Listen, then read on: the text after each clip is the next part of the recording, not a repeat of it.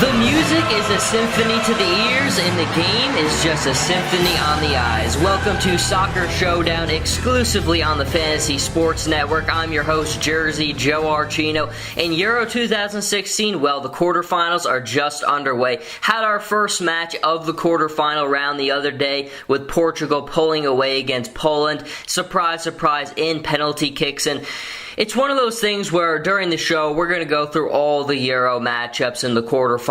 We have 8 left standing. We will go through each and every single match, tell you who's going to advance. A little bit later in the show, we're going to target the Premier League a little bit more, really with the focus on Man United, Man City, because I think those are the two who will define the entire season. And then to end it off, we've obviously got to talk Neymar. He signs his extension with Barcelona. It feels like for so long we'd been talking about this deal, and it's finally appears to have gotten done, so we will break that down as well. And of course, it wouldn't be a show unless we put a little bit of a fantasy spin on it. How do you succeed? How do you thrive in your daily fantasy matchups at this point? We'll go through all of that, but at first we're going to start off with Euros 2016, and I think the thing that makes me the most amazed about Portugal's run is just how they've really had the easiest road to get to this point, and how they've just remained so unimpressive throughout. Now, I think Ronaldo has immense pressure on him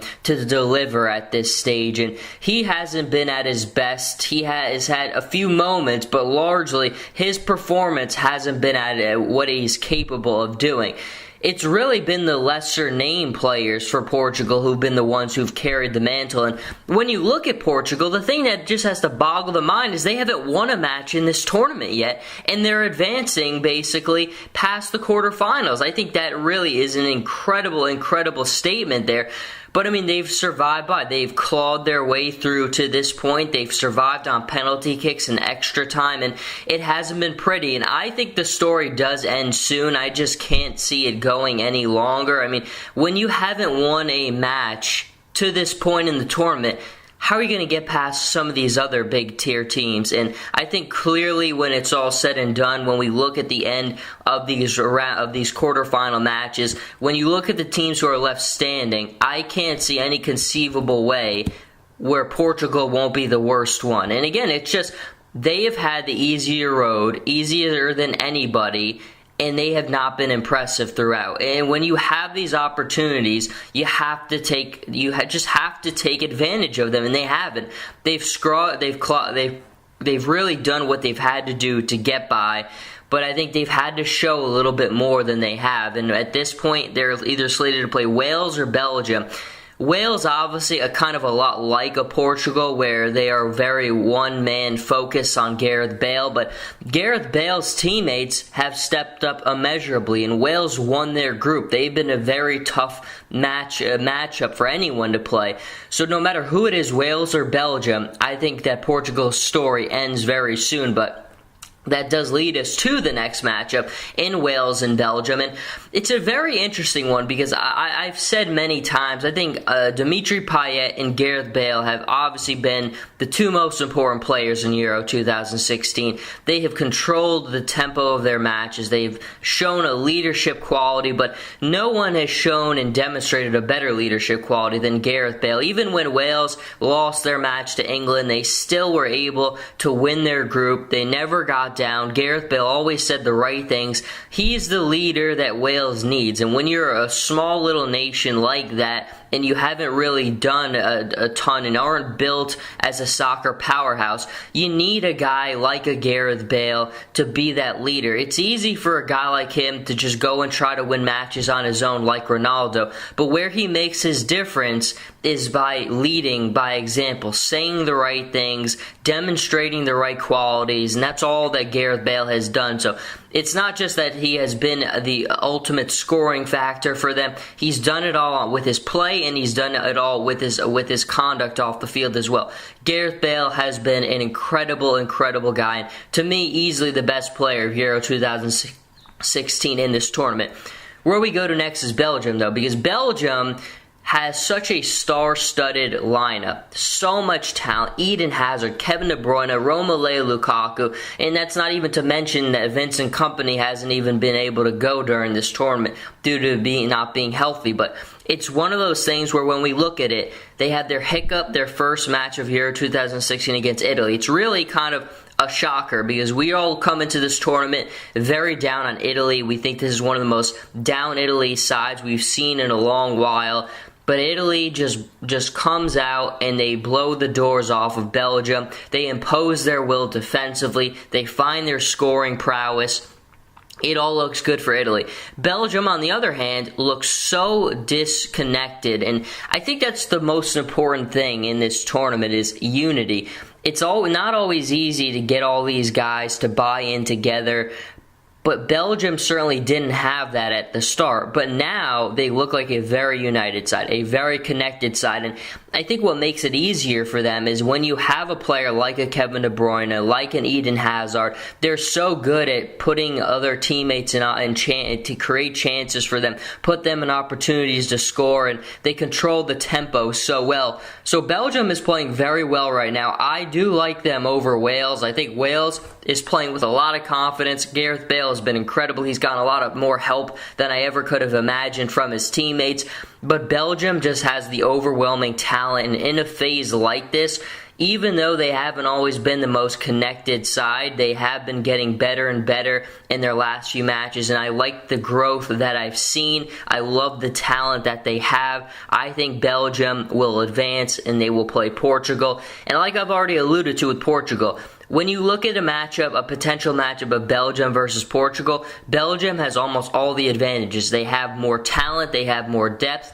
I think at this point they have demonstrated a better string of consistency. Now, Portugal is dangerous merely by the fact that they've really gotten this far without winning, and that really shows you that just the way that they scrap and they fight, and they're never willing to concede anything. But I think more than anything, when you haven't won a match and you haven't showed any impressive state, your story is going to end soon. And I think for Portugal, that's very much the case. And Belgium, I don't think they will win this tournament. I just think that the stronger powerhouses who've been more consistent, like a Germany or an Italy, will at this point. But they've really done a nice job at bouncing back from originally disappointing and falling flat against Italy. Now, this is, I think, the match to determine the winner of Euro 2016. Germany and Italy, I think the two of them have been better than anyone. Spain and Italy had the toughest draw against Spain out of anyone. I mean, that was in the second round, matching up against Spain. You just really got unlucky with that one. But Italy dominated that match. Clean sheet for Gianluigi Buffon. I think a master tactical preparation for Antonio Conte. If you're trying to put all the attributes on Italy, you can walk away with a ton of them from that matchup.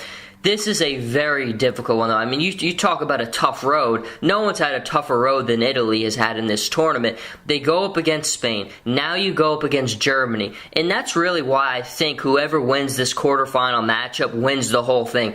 They will just have been more battle-tested, and they have just put together the stretch of impressiveness that you need to win.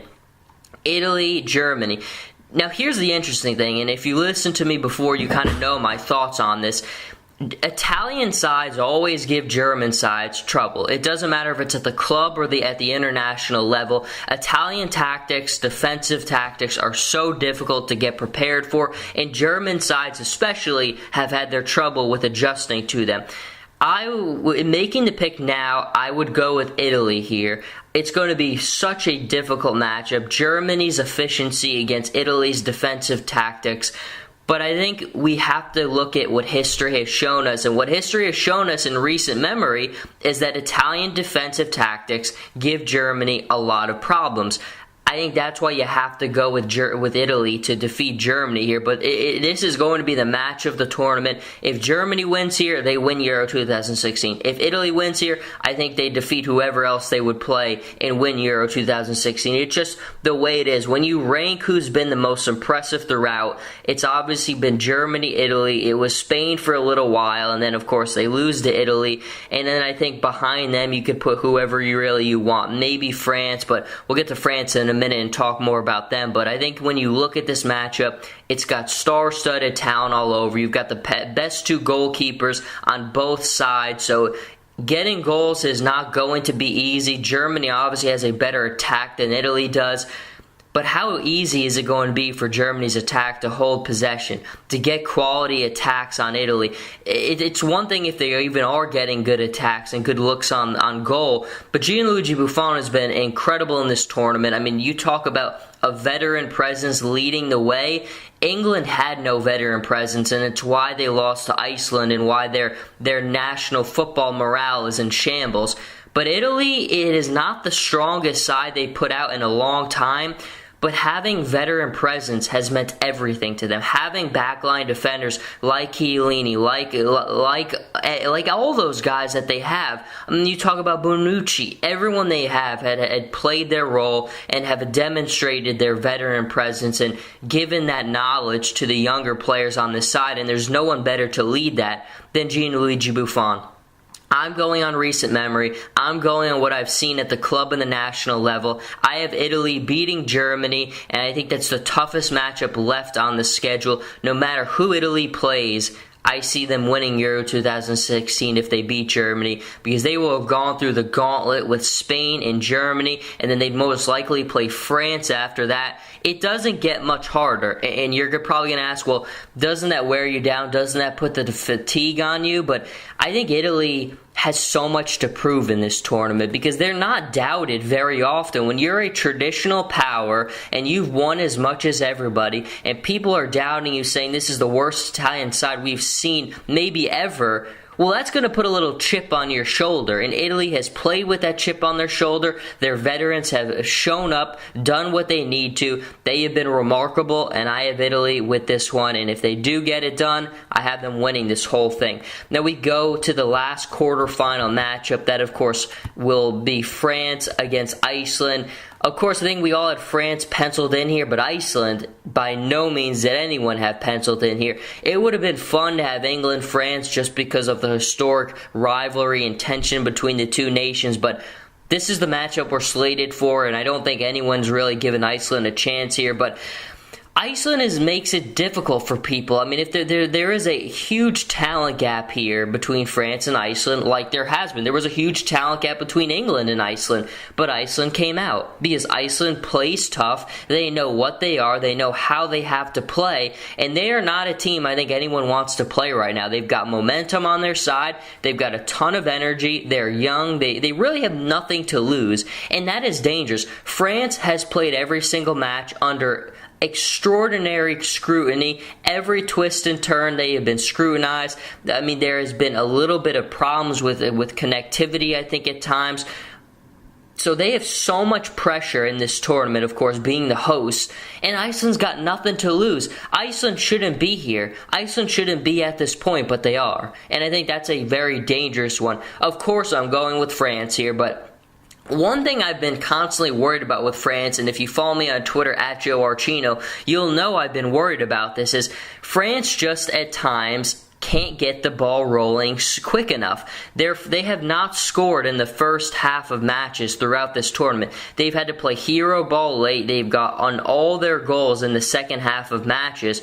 So when I look at France, I just think at the end of the day, that's going to be what's going to bite them eventually. They have to get out to a strong start. They can't keep on playing this way, because if they do advance past Iceland, which I think we all expect that they will, and they play a side like an Italy or a Germany, and they don't get off to a good enough start, well, that could just put the nail in the coffin for them. And I think Payet has been the guy largely who has carried them. He's been phenomenal at creating chances for teammates, putting them in opportunities to score, scoring himself. So I think Payet, in addition to Bale, like I have said throughout the show, have been the two best players of this tournament, but France just has needed more from Paul Pogba. Coming into the tournament, I think he was the kind of the poster boy player for the tournament. France's own, one of the best players in the world, has done tremendous things as a young player for Juventus.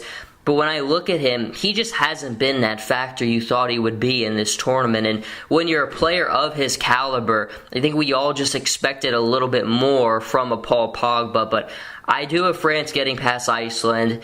Against Italy, I have them slated to play because I do think Italy gets past Germany, and that's a very interesting matchup. But like I've said, Italy's tactics frustrate everyone. France is a side where they do get frustrated easily, and I just think you have to look at all these teams going back to the beginning to the end, and you have to look at it as a total body of work. When I look at France's total body of work, it is what it is. They have not scored in the first half. They have not gotten off to good starts, and at the end of the day, that's going to bite you. Like Portugal hasn't won a match. That's kind of the thing that they're most known for. They've clawed by and they've gone through to this point, but they haven't won a match, and that means something. And they're not going to be able to carry on like that forever. Same story with France. You're not going to be able to carry on forever without scoring these goals early, without getting your gear going early, and I think that's going to put the nail in the coffin for them. Have them against Italy, have them losing, and like I said, I do have Portugal playing Belgium,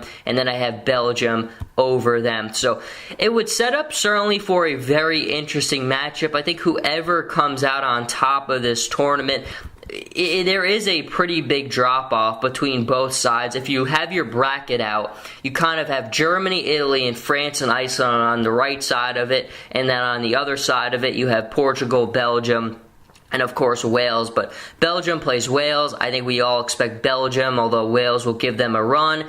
The other side is just stacked so much more. I mean, the three of the Italy, Germany, and France, all three of them are the best three teams left in this competition. I think all of them are going to present a lot of problems, but I just look at it as Italy's, and I think when you look at the whole body of work for them, they have just been the most impressive throughout, and we all doubted them. And it's one of those things where that chip on your shoulder, I keep on reiterating it, but it's a dangerous, dangerous thing to have. And I think one of the more fun things during this tournament has been the Daily Euro fantasy games, and it's very interesting because at this point, when we look at it, it's gotten more and more difficult. When you only have a match a day now, putting together that perfect lineup is not easy, but I've always kind of gotten by on the principle that you have to just put all your money into a top forward, a top midfielder, and then a top defender. I don't worry as much about the goaltenders because when you get to this point, it's pretty easy. You have two choices, and you always go whoever the better one is. If it's Saturday and I've got Germany playing Italy, you really can't go wrong either way. I think Gianluigi Buffon I would probably go with just because he's the more veteran presence guy and he's had so many clean sheets during this tournament. But Manuel Neuer hasn't done too bad a job as well. So putting together that lineup is very interesting, but you always got to put all your money into at least one top forward, one top midfielder, and then the best defender that you can find. But we are going to reload for segment 2, get a little bit into the Premier League, so don't go anywhere. Jersey Joe Archino, I'll be right back.